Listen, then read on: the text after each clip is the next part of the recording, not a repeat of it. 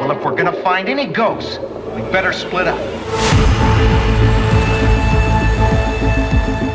You're listening to Never Split Up, a horror movie podcast. There are certain rules that one must abide by in order to successfully survive a horror movie.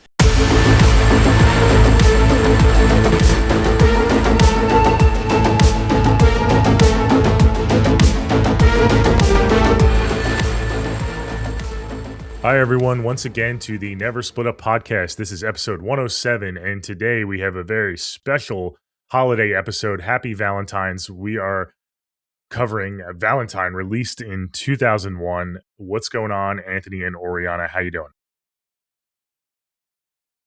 I was rewatching this, and I was like, this is such a 2000s film. And I was like, I can't wait to talk about this one, because they do some silly things, but it's got that, I gotta love like early 2000s horror films and their cheese balls. Yeah, I'm really excited to talk about this. It's very festive and nice and cheesy for the Valentine's holiday. I think they really nailed that, so I'm excited to get into it. Yes, I see, Oriana, you're decked out in the red. I didn't think of that. I should have wore red. You too. Oh, yeah, we sorry. We should have matched that. We should have coordinated that. We're not as very festive, sorry. We don't coordinate very well here on the podcast. We kind of just wing it. So, but you look very nice in your red, so that's appropriate. Everyone who's watching on YouTube and also watching on Spotify, our Spotify has really been doing well. So thank you to all of our new listeners on Spotify. Leave us comments on the podcast side of things. We always ask for YouTube comments, but you can comment also on Spotify and stuff. So we'd love to see those comments as well, and we'll try to reply to them and whatnot. Let's just get into it. I don't think we really have any announcements, right? You haven't run any recent polls or anything yet? No, I'm going to bombard you guys in the next couple of days with polls. But yeah, let's get into this festive season of love. Yes, this episode is releasing, I believe, 2 days before Valentine's Day, 2026. So Again, happy Valentine's Day to everyone out there. And this should be a fun episode. We have another kind of sweet spot for you, Ant. It's a whodunit slasher, early 2000s. I mean, this is one of your sweet spots. And I know, Oriana, you love this subgenre as well. So let's just dive right in. Let's go over cast, crew, synopsis, Anthony. All right. So the IMDb synopsis is 5 women are stalked by an unknown assailant while preparing for Valentine's Day. It was directed by Jamie Blanks, who also directed another whodunit slasher, Urban Legend, My Baby. And it stars Marley Shelton as Kate, Denise Richards as Paige, David Boreanaz as Adam, Jessica Capshaw, Katherine Heigl. Wow, what a 90s cast. I love it. And it came out in 2001, and it wasn't a huge hit, but it's definitely gained a big cult following over the last, over almost 25 years. Was it like 25? Oh my God, it's over almost 25 years that it's been released. It is 25 years since it's been released. That's crazy. Yep. Yeah, I think so. We're celebrating the 25th anniversary covering this while we're old. So yeah, I'm excited to get into it. It's going to be a fun one. Okay, that's interesting. I haven't really been plugged into this movie. Does it have it's picking up traction like all these other early 2000s movies? It's kind of right on par. Okay, it's really getting reappraised the last 5 to 10 years. People really coming to fall in love with it. Really? Okay, interesting. Yeah, I haven't really seen anything about that. I've only seen this. This was only my second watch ever, so this was pretty much like a fresh set of eyes for me. So it was a pretty unique perspective. Have you guys watched this? I know, Ant, you love your yearly rewatches for all holidays. Do you watch this every year? Do you watch this all the time? Yeah, so I do. It's actually funny. I don't know when I saw it the first time, but I was like, I need a copy of the DVD, and it was out of print when I wanted to get the DVD. So I spent $40 on a singular DVD for a long time ago. But now I have the Scream Factory, special edition 4K Blu-ray and all that. So yeah, I do make it my annual rewatch, along with obviously My Bloody Valentine and My Bloody Valentine remake. I love my festive Valentine's horror movie. So yeah, this is included in that trilogy of movies I watch every year. What about you, Ori? Is this an annual rewatch for you? Or do you watch this often? Not as much as my other favorites. I have The Loved Ones and My Bloody Valentine, all that are mine. But this is one that I like to just pop in, even when it's not Valentine's Day, just because it's a fun slasher. It's revolves around Valentine's, but it's just one you can watch just any other given time. But I I don't know. I remember when I first watched this and then this rewatch, I was like, I didn't remember some of these things, but then all of the cheesiness comes back and you're like, this is why this film is so fun. And the kills too. The kills in these are just like that typical like 2000s, like it's a fun film. But yeah, this one is, I always add this one to like my watch list of for recommendations that I think everyone should see just because it's a fun time and you get that 2000s, like you said, who done it, like slasher. So yeah, it's a good one. Okay. Well, without further ado, let's get into, I guess, our overall thoughts. And I know you've been eager to talk about this one. I think this was your idea, this movie. So why don't you go first, kick us off? Overall thoughts. Yeah, I mean, guys, if you've been listening to the podcast or watching, you know my sweet spot. I'm a 90s kid. I'm a Scream guy. And this is one of the movies that came in the post-Scream era, late 90s, early 2000s. This was like one of the last ones before we like kind of exited the post-Scream slashers and got into like the Saw territory. So this was kind of like almost at the back end of the Scream, imitators. But I really adore this one. And I have a fun time with it. It's not the best slasher movie ever. It's not great, but it knows what it is. And it capitalizes on it. The cast is friggin' banging. I mean, you have Katherine Heigl in the opening scene. I love that. And Marley Shelton, who again, Scream alumni before Scream with this, but she kills it. And the scene stealer, though, I absolutely am obsessed with Denise Richards in this movie. I think she understood the assignment and she ran with it and she stole the entire movie. I'm upset with the fate of her character. I always get upset at that scene, but yeah, this is a blast. I think Jamie Blanks knew the kind of movie he wanted to make, and this is also the director of Urban Legend. And I think those are just two knockout bangers back to back. I do prefer Urban Legend because that to me is one of my babies. Obviously, I think he knocked it out of the park, but this, I think it's short, sweet, and that's exactly what you want for a Valentine's horror movie. The whodunit aspect is cool. The ending, I feel like there could have been a little more of a chase set piece, but I feel like the set pieces throughout the rest of the movie, especially the opening scene and some of the kill sequences, they really did build up the suspense, so I give it a pass. But yeah, this is the cheesy fun that you want in a Valentine's horror movie. I think to me, it's like Prom Night and Terror Train 80s slasher mixed with Scream. So, I mean, kind of that's all I really need in a movie, and this one delivered. So yeah, I have a good time with this one. It's fun. I like it.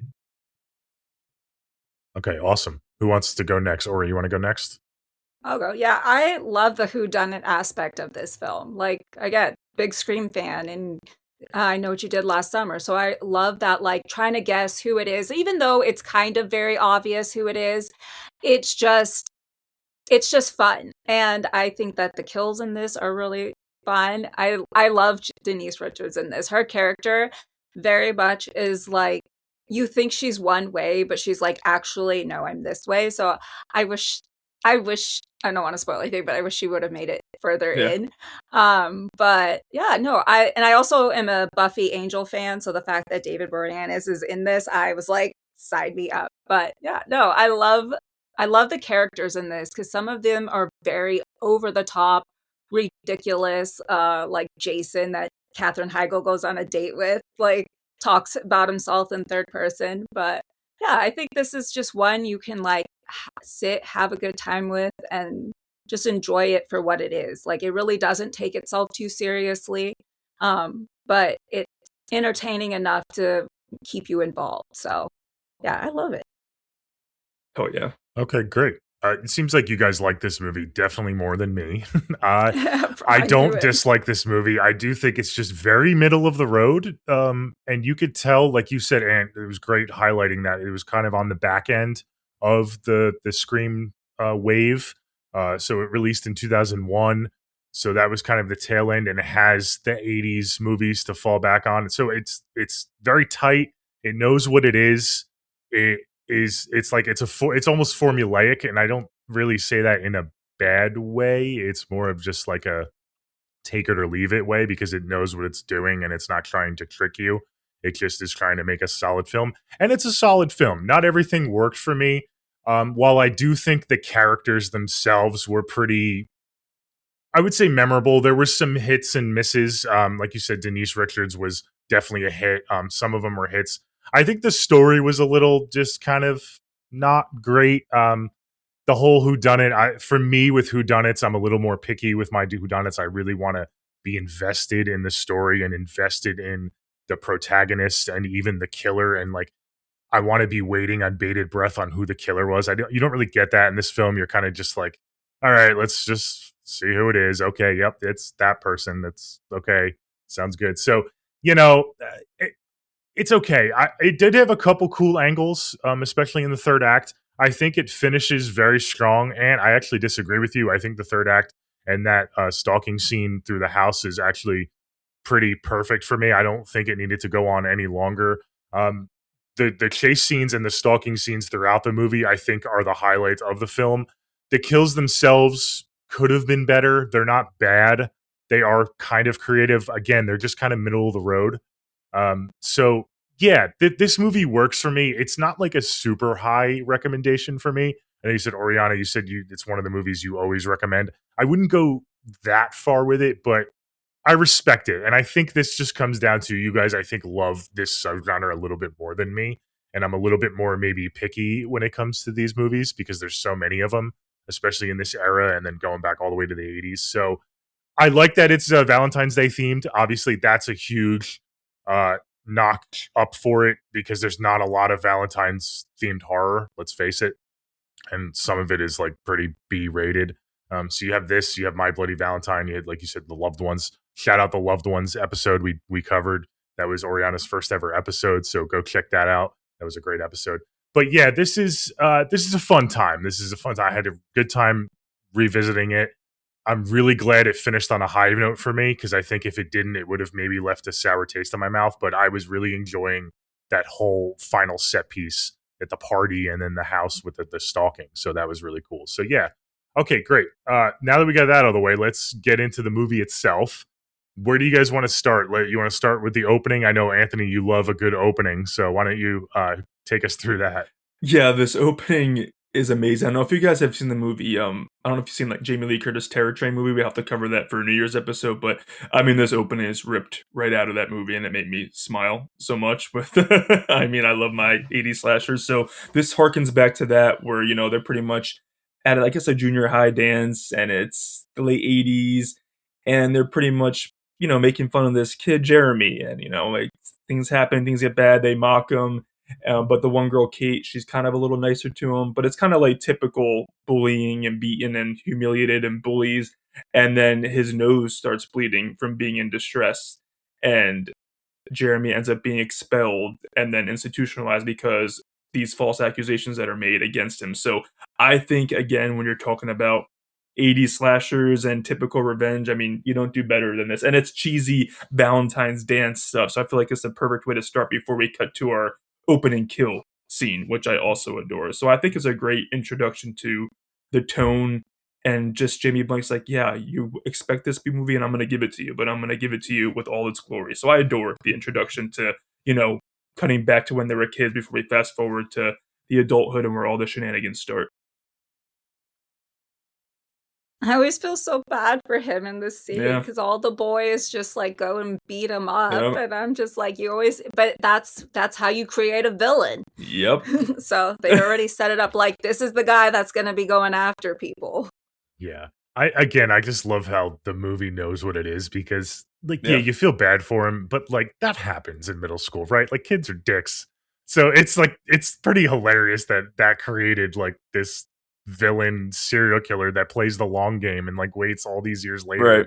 And it's like, okay, man, like you're overreacting a little, but it also lends itself to like how unhinged this killer is. So it's kind of like, okay, like this killer is like pretty messed up if that's the thing that triggered him to go on this killing spree. I think it's 13 years later. So yeah. Yeah. Yeah.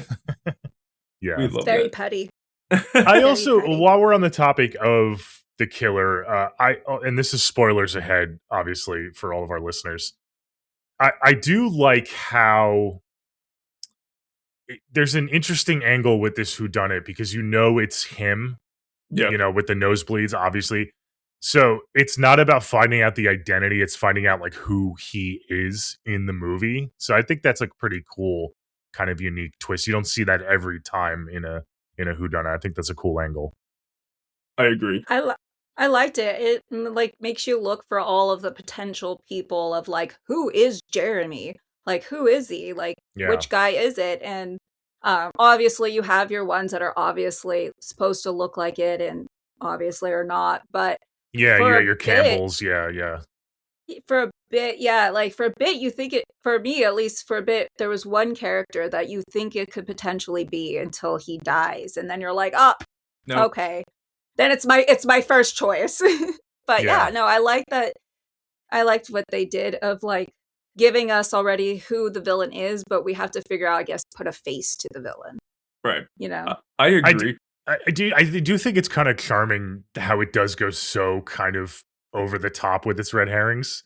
With the Campbells and even Dorothy, like Dorothy towards the end of the movie, it really leans into Dorothy. And you're like, oh wait, like is it her? But you know, anyone who kind of is familiar with this subgenre is like, no, it's probably not her. So I do like how they just go for it with it a bit because it works. It works for the tone of the film.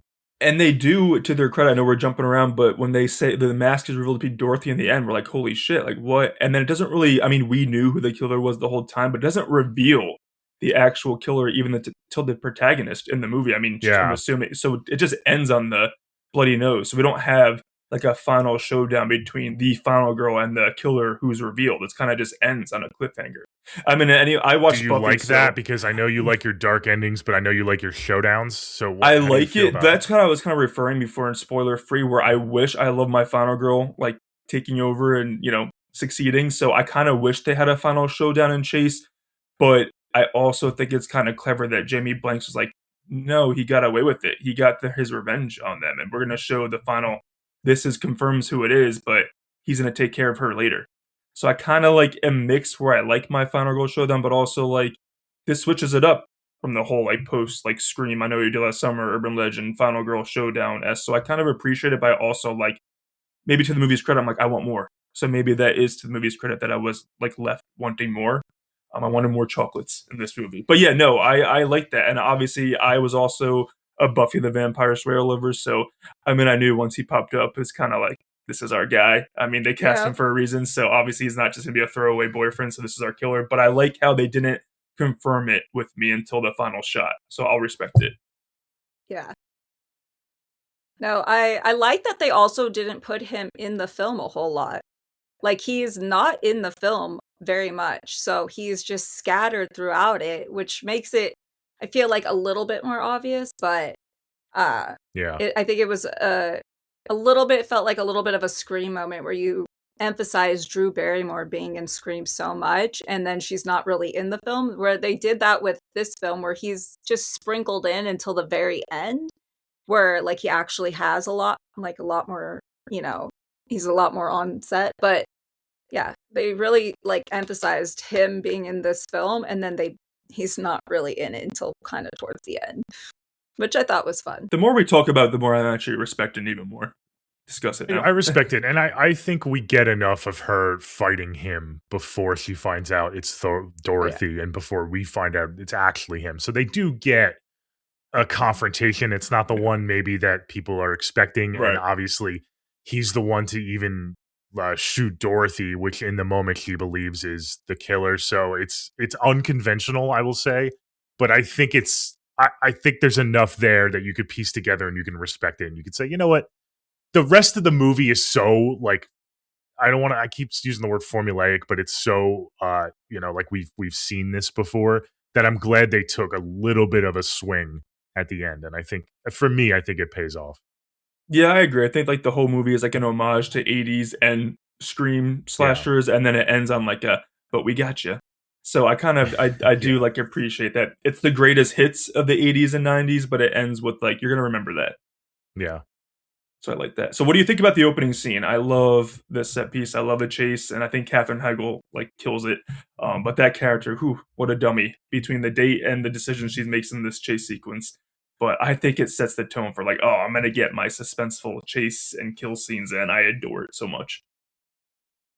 I liked the shot when she goes, like I forget, like the one person like comes in and is like, oh, you're staying late. Yeah. Because she was about to cut into the dead person, and then she comes back, and the breathing, and I was like, I would have lost it. I would have crouched in the corner if that happened, because it's like, I just loved that shot. And then she like bumps into the actual dead body in the It's so closet, good. and then It's it's so like good. gone. And no, I thought it was a good chase scene. It really like it's a lot of potential moments of when the killer is going to come out, and just the stalking of her. I thought it was a good, at least. This was a great tone setter. This was pretty intense. It's funny because again, this was my second watch. I remembered the end of the film just because it's very memorable for me, but the rest of the film was very muddy. And I said to myself, "Oh, Katherine Heigl's in this movie. I Yeah. forgot about that." And then I'm like, "Oh, well, she must die here. That's why." So I was kind of expecting it. So I was kind of leaning forward in my chair, like, "All right, this is going to be good. This is going to be a good opening kill," and it definitely delivered for sure. What do you guys feel about the Cupid mask? Like the first time we see it, I think it's a really good mask that doesn't get talked about enough in the conversation. Yeah, that was actually another highlight for me I wanted to cover in my opening thoughts. Good killer design. I like the mask, and I like the like peacoat trench coat too. I think Yeah. that's really cool and unique. So I love the villain design is unique. It's not like run of the mill. It's definitely identifiable. If you've seen the movie and you see someone dressed up as that character, you know instantly it's from Valentine. So I really like that look for sure. Yeah. Yeah, I I definitely agree. love the mask too. Little cherub kid.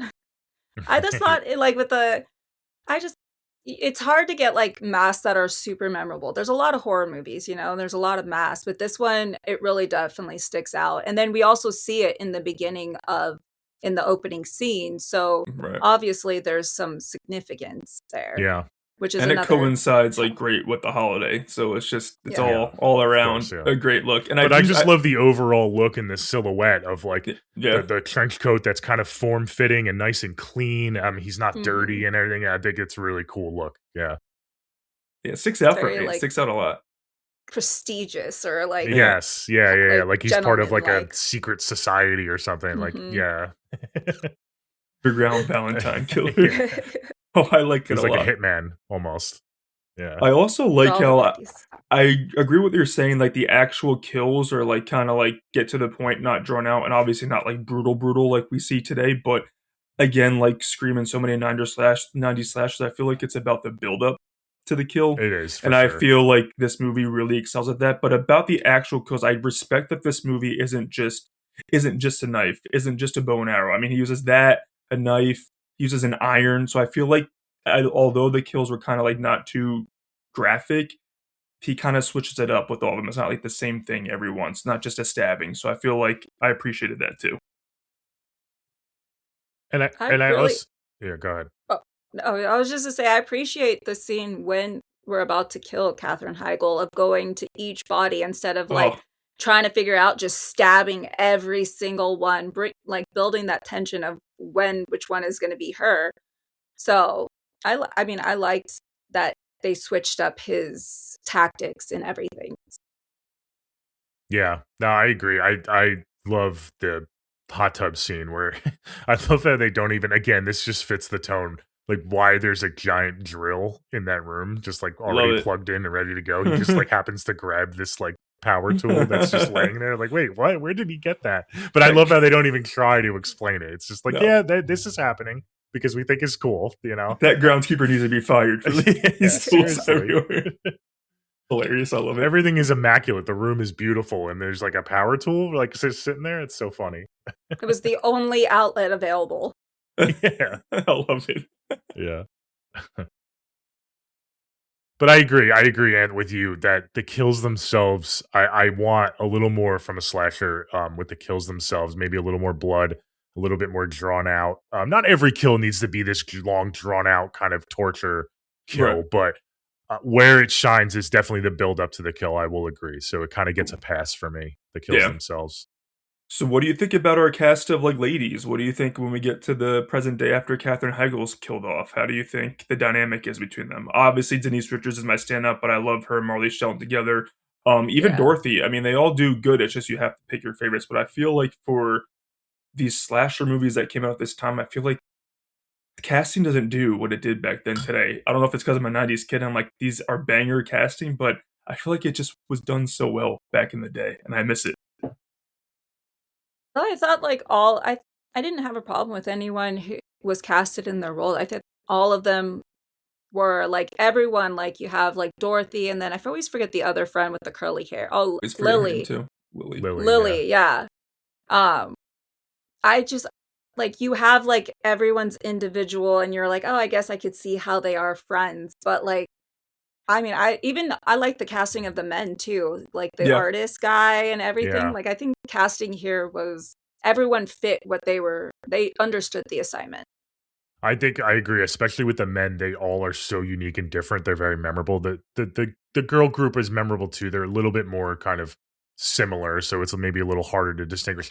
I like the performances. I like the characters themselves. Again, I just wish it was kind of there was a better foundation story wise for them to kind of shine because I really didn't connect with a lot of them. It was all surface level, and I was just kind of along for the ride, which is fine for this kind of movie, but it would have been nice to have a little bit better of, you know, a story, I guess. I don't know how you guys feel about that. I know it's not like the thing you really look for in this type of movie, but I want to care about my characters a little bit. I mean, that's what makes we're just, the original Scream so legendary is like Yeah. you're really caring about Sydney, and it's nowhere close to the level of that.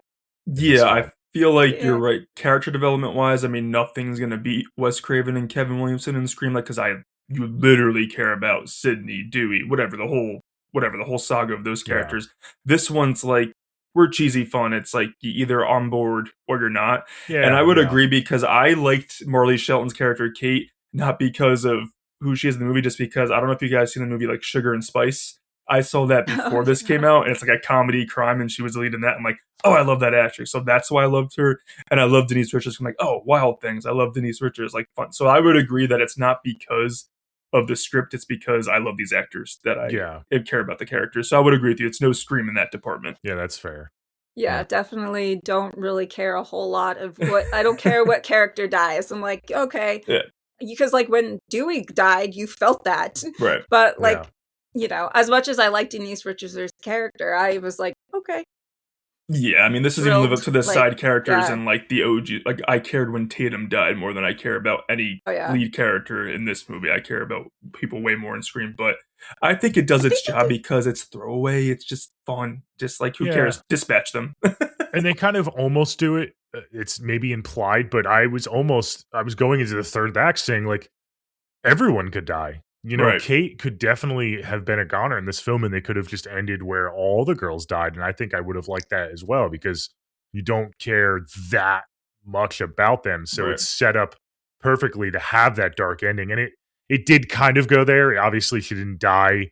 And so what do you think about that? Do you think he does love her? I mean, the motive for me, I think it was pretty clear. He wanted to eliminate her friends so he can have her to himself, because he was kind of, just jealous and I mean, he's crazy, right? He spent all those years in the asylum. So I think that was kind of his main motive. I really don't think it was really about revenge per se. I think that was maybe secondary, and that was maybe the reason why he entered their lives. But I really do think he wants Kate all to himself and that he maybe won't kill her as long as she doesn't find out. Yeah. What do you guys think of that?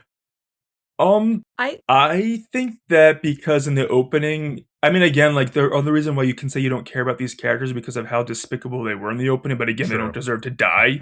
But I think he does set the stage like these are all bullies. Like we're in a slash movie. Like we don't root for these characters. Let's head a little Friday 13th 80s slash and root for them to die. But I would agree because Kate, like, she really is polite in the opening. She's like, maybe later. Like she doesn't full out reject him. I think that his plan, I mean, he literally manipulated her to dating him already. So I think that his plan was maybe to dispatch all of her friends just to get the revenge and then keep him to himself. Like, you have no one but me. Like, I'm your only Valentine. And then she's gonna go along with it, or he's gonna be like, all right, I'll kill you too. But I like the darkness ending that he's gonna take care of her later. But it makes sense that because she said maybe later, he just wanted to keep her to himself. It does make sense to do that. Yeah, and he also framed Dorothy, who was the main offender of what happened when they were kids. So, I mean, that was definitely something he wanted. That was definitely payback. And so, but I do think he really like wants Kate all to himself.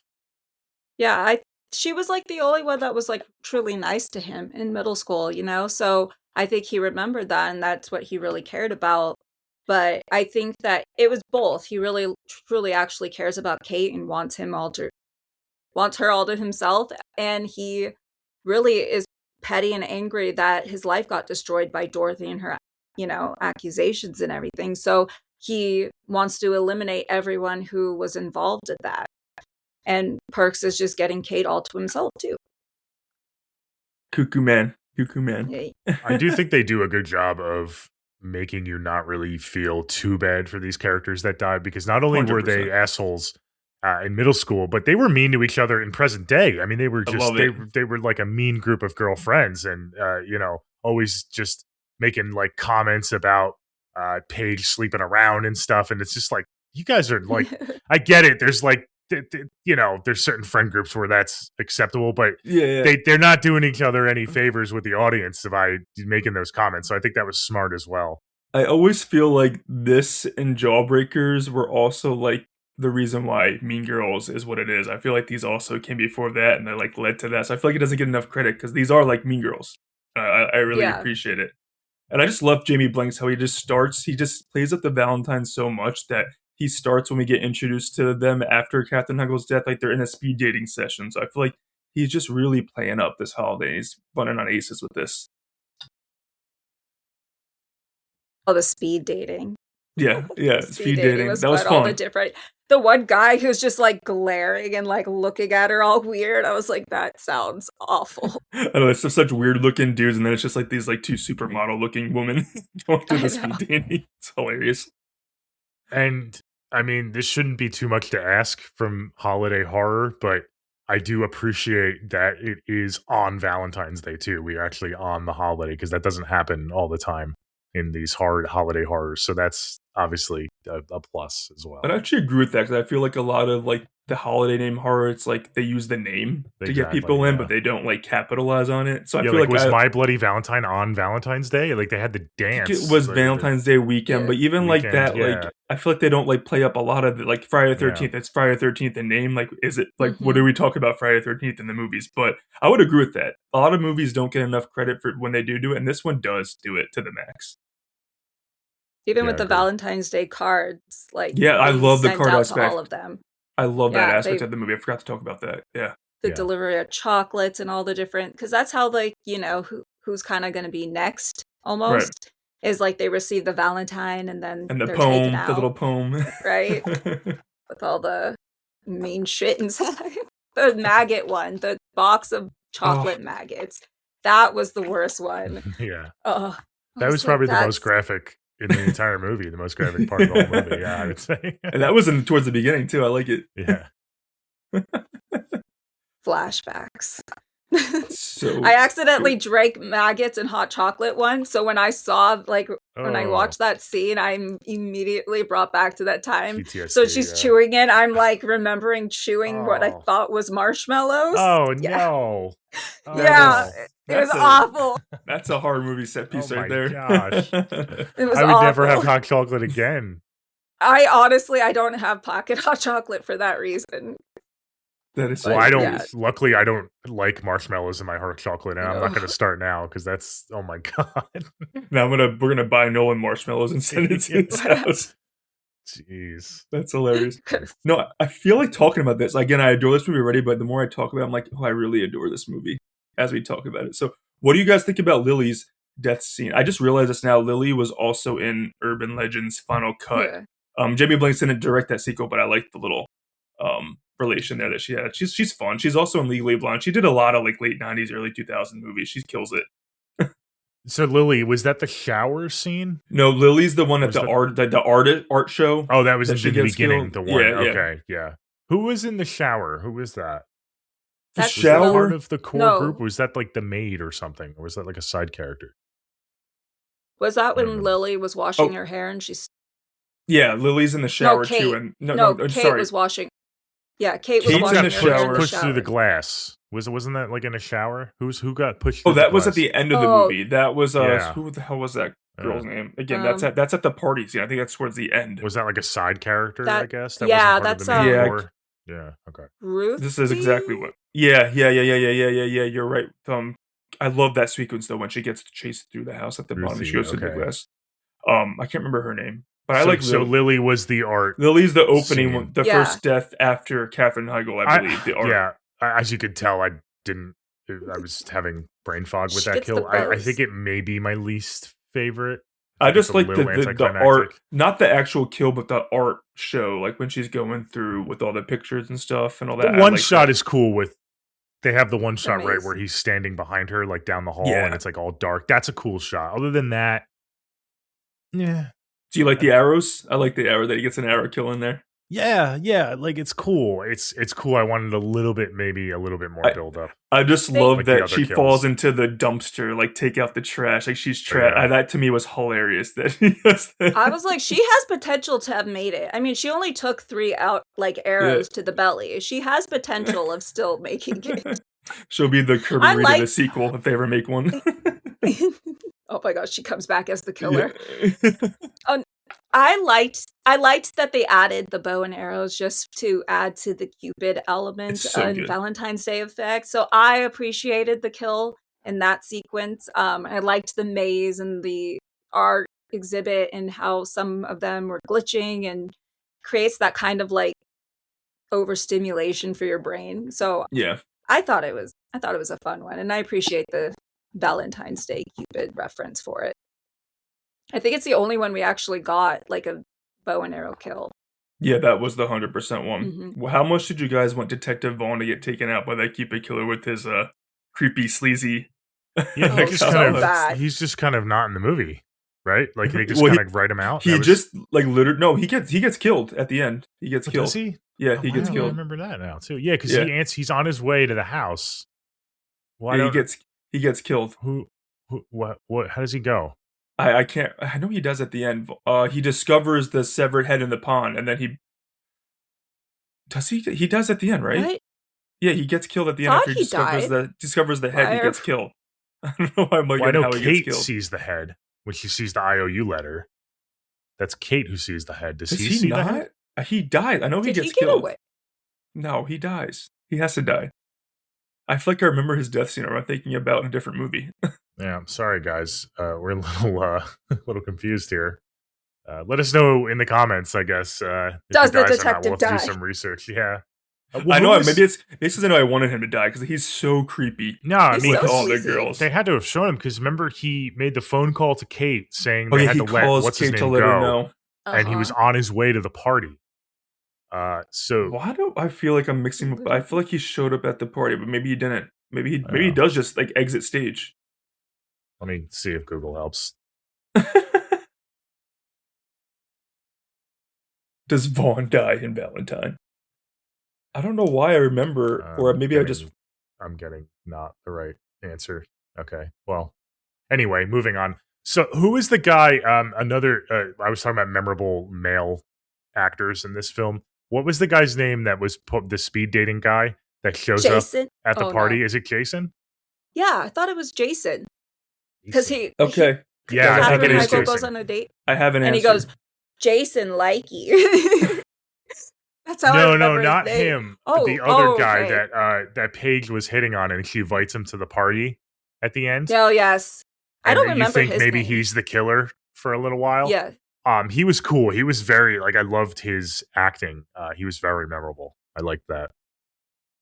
What was his name? He's the one that was staring at her creepily.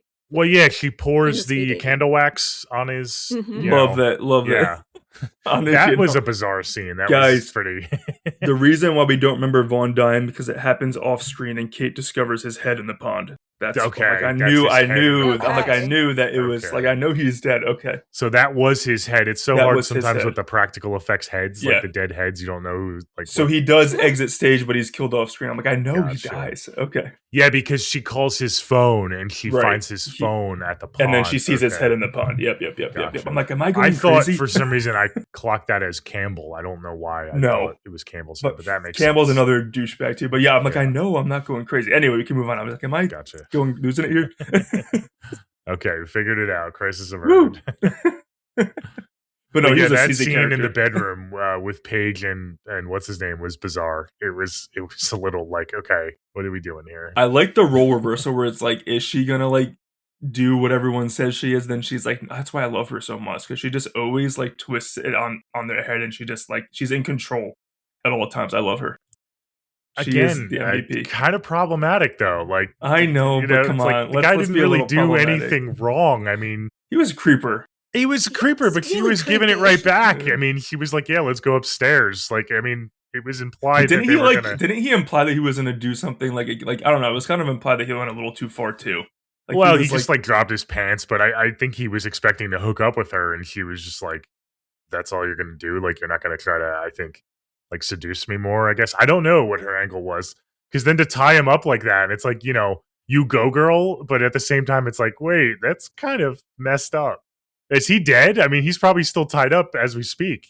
I don't know if anyone. Maybe he's another off kill. Maybe he's another off-screen kill. That would have been funny if he was just like during a chase scene, if like the killer just happened to run into that room and he was just like, "Hey, help me out," and the killer just killed him. That would have been funny. No, I'm pro Paige. Paige's character is just kind of like that, because she does that with like the detective, like when he's like, there's sexual tension, and she's just like, no, she's like really like, yeah, firm. She's a very like, she comes off like she is very like, she's a tease, definitely a tease, but she's a very strong woman, and ultimately I think everyone calls her like, like sleeps around and things, but she just really wants love and to have a little fun. Yeah, I agree. She's putting on her front. She's putting on her front. What about the creepy dude, Gary, who like breaks? What's that name? Gary. He breaks into Kate's apartment, and he's the hot iron death. Yeah. I'm like, that guy. I'm happy that Keepa got to him, because that was creepy too. When he's like putting on her pantyhose, he's like, "I'm he's sick." putting on her underwear. Yeah. I love the iron. I love the iron. I love that scene. And then, that is the sizzling sound of when it's the sound is what makes that so good. I love it. Yeah, that was it.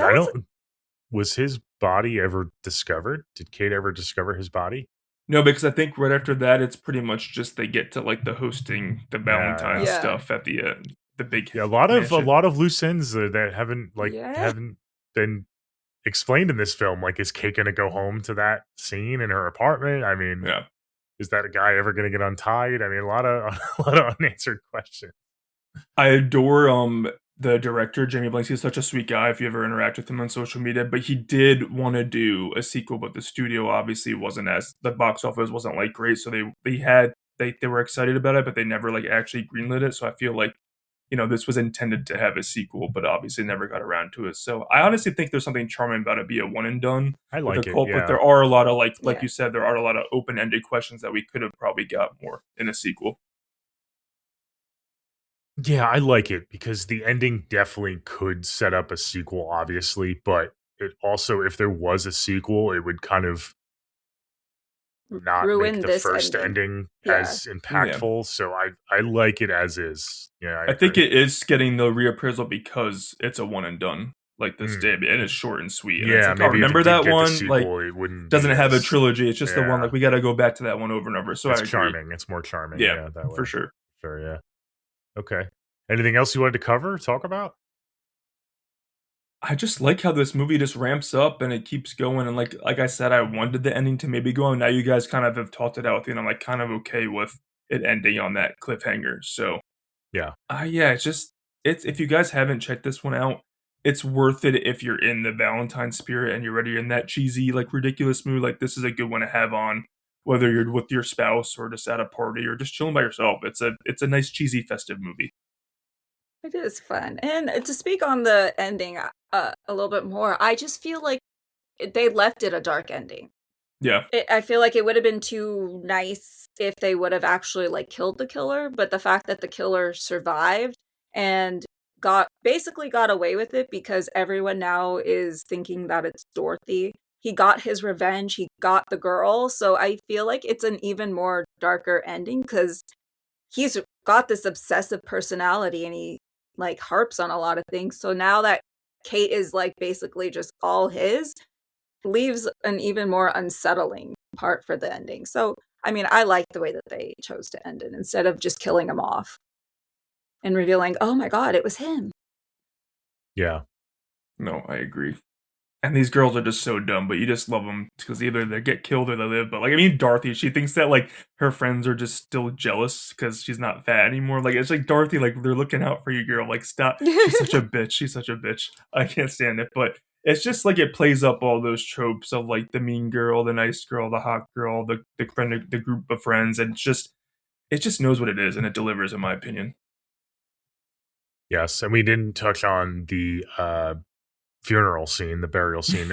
Every slasher of this era needs one of those, so that was check that off for the checklist. That was a pretty cool scene. Yeah, no, I mean it's just you guys have kind of convinced me that it's a solid film. I had a little bit of critiques, but they don't bother me as much because what it does do right, it does kind of this movie could have went sideways in a lot of ways. I think that a lot of other movies kind of fall into that pitfall of, and I think they were able to steer the ship in the right direction, and kind of maybe it was a little muddy at times, but I think they landed it to shore safely to shore. So I like it as well, and maybe not as high as you guys, but it's a solid film. So I'll give it a recommend as well, especially around the holiday for sure. So check this one out if you haven't already. Okay.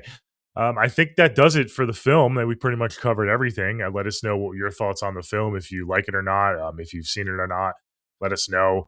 We'll get to our never split up moments now, and then we'll get to our scores. We haven't really discussed the never split up moments in a while. I know we have a lot of newer listeners. Ant, why don't you give us a quick rundown of what exactly it is and what we do?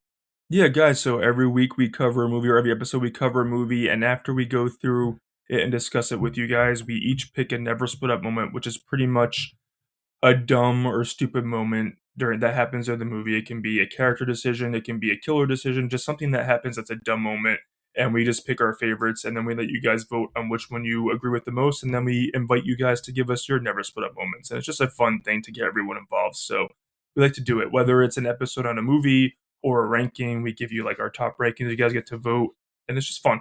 Keeps everyone interactive. Yeah, so definitely look out for that. Look out for those polls on social media. Okay, I'll let one of you two go first. You can kick us off, whoever wants to go first. I have one that bothers me every time. It's gonna be Shelley Katherine Heigl. The fact that she gets into a body bag, oh, it drives me crazy every time. I'm like, what are you doing, girl? Like, she's waiting to be killed in that. Like, that's the place you're gonna hide, in a body bag. You're trapped. In all these slash movies, whenever someone like corners himself or like traps themselves, I'm like, honestly, you earned it at that point. So I always yell at the screen, which is a good. I mean, you want to yell at the screen in a B movie slasher at stuff like that, but whenever she does it, I'm like, girl, what are you doing? You're a goner. So that gets me every time. Okay. Go ahead, Oriana, if you have one. Mine is the girls splitting up in the art exhibit. There is someone potentially going around like stalking you guys, and y'all want to split up in this crazy, like, a bunch of screens maze. So the fact that Lily got separated because she was making out with the artist and then, denied his three-way with his assistant and then ends up getting killed afterwards. Like, I mean, I think she should have just stayed with them at this point, but no, that's my split up. I'm like, why do anyone separate and go off on their own in a time like this? In any situation, no matter if you're in the grocery store, you stay together. So that's mine. I love that one. Okay, good. Yeah, good moments. And you had my moment, so I just had to think of one. I'm sorry. No, it's cool. I mean, it's definitely one where I was screaming at the screen too. It's like the it obvious drives me one. crazy. I'm gonna go with almost like an opposite of a never split up moment. Obviously, it made for a great third act, but Dorothy hosting this party, just so almost unrealistic, and it lends itself to just how kind of dumb these characters are and these group of girls are. I mean, by this point in the film, there's a killer on the loose and is picking off people. The detective pretty much has told you guys that, like, they're looking for a killer and to be careful. He does say to kind of stay together, stay in groups, but that doesn't mean you got to throw a massive party. I mean, I get it, strength in numbers, but it's also like they're drinking, they're having a good time. Like, they're just treating it like another party, like that this other stuff isn't going on. So I guess I'll go with that. Just them kind of being a little lackadaisical with the events of the film and just having this party like it's no big deal. And then also like Campbell goes missing after she told him to go into the creepy fucking boiler room. I can't stand that guy. Like, do you not remember? Yeah, I can't stand him either. But do you not remember you sent your boyfriend down there and you never heard from him again? Maybe go check. Like, I know he's supposed to have a meeting, but maybe go check and see if he tripped and fell and hit his head or something. I mean, that was kind of silly too. These are good moments. I like him. Yeah. Okay, great. So yeah, which dumb moment do you think was the dumbest? Who do you agree with most? Vote in our polls. Follow us on social media for that. Okay, let's get to our scores now. Oriana, let's lead off with you. I think you haven't gone first this episode yet, so why don't you give us your score first? That I have a lot of fun with this one. I don't think it's a perfect film, but I think it's a solid like holiday horror film that you can put on. Enjoy it's for what it is. It doesn't take itself too seriously, and you have these like over the top characters. You may not care about all the characters, but it's a fun, entertaining watch. So I'm gonna just give it a nice 7.2. Like it's higher than average because I just personally enjoy watching it and I think it's fun. I don't like the whodunit aspect. I like that they went somewhat different with that kind of theme. But overall, like, I know it's not like the greatest, but, it's got that early 2000s and it's got a sweet spot for me. So 7.2 is a solid for me. Okay, great. I'll go next. You guys have this conversation has maybe bumped my score up a little bit. I'm realizing that it is a solid film for what it is. I do wish they took a little bit more liberty with the formulaic approach. I do like the ending. I think it ends on a strong note, which I mean, pretty much any movie, especially horror and especially slashers, if you don't end on that strong note, it's really going to leave a bad taste on my mouth. So I think that's helps bump the score up. I'm gonna give it. Oh man, this is tough. I'm gonna give it I'm toying between like a 7 or high 6s. But you know what? I'll give it to it. I'll give it 7 flat, a 7 out of 10. This movie is a Good. solid watch. It's solid. Definitely give it a watch if you haven't in a while. We did our job. Yeah, there you go. There you go. There you go. Everyone's happy. All right, yeah. No, this movie is obviously my sweet spot of my slasher movies. I'm a 90s, 2000s kid. I love it. I feel like the whole episode I've been saying, like, it gets a pass because it knows what it is, but I feel like that's a disservice because like Nolan said, I feel like Jamie Blanks really took advantage of the holiday and he got creative with it and he really just went all out with this. So I do think the movie was creative in how much he utilized the holiday. So yeah, I'm giving it's a 7.5 for me. I think it's fun. I rewatch it every year.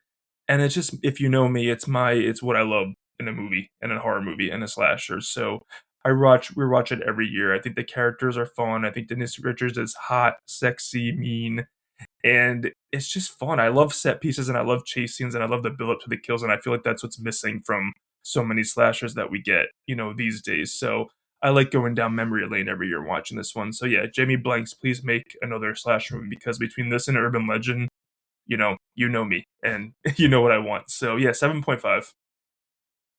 Okay, great. We're all kind of make more. within a half a point of each other, so that's pretty Yeah. cool. Awesome. So yeah, guys, let us know what you think of this film. Again, what's your score? Do you agree with us? Do you like it more? Do you like it less? And yeah, that's about it. Until next time, this is Never Split a Podcast. Happy 25 years to Valentine. This was a fun discussion. Again, follow us on social media at Never Split a Pod. We're making, again, big strides on TikTok. I think we're approaching 900 followers. So thanks to all of our followers on TikTok. Also Spotify, YouTube, and Apple Podcasts, where we've got a lot of listeners on that side of things too. So welcome to all the new listeners. We really appreciate you. And do you want to announce, actually, we'll do a quick announcement of our next couple episodes. Oriana, why don't you tell the audience what our next couple episodes are going to be? Yeah, so we're gonna be covering a little bit of prediction episode with Scream 7's release. So that'll be out the week of, right? It's gonna release. And then we are gonna be covering Ready or Not, the first one. in anticipation in March for Ready or Not 2, which I'm really excited about. I'm also excited for Sarah Michelle Gellar to be in that film. So looking forward to that. And yeah, I think that's what we have so far, at least for next 2 coming up. Yeah, next 2. That'll bring us pretty much through March. So look out for those episodes. Again, thanks for listening, everyone, and we'll see you next time. Bye.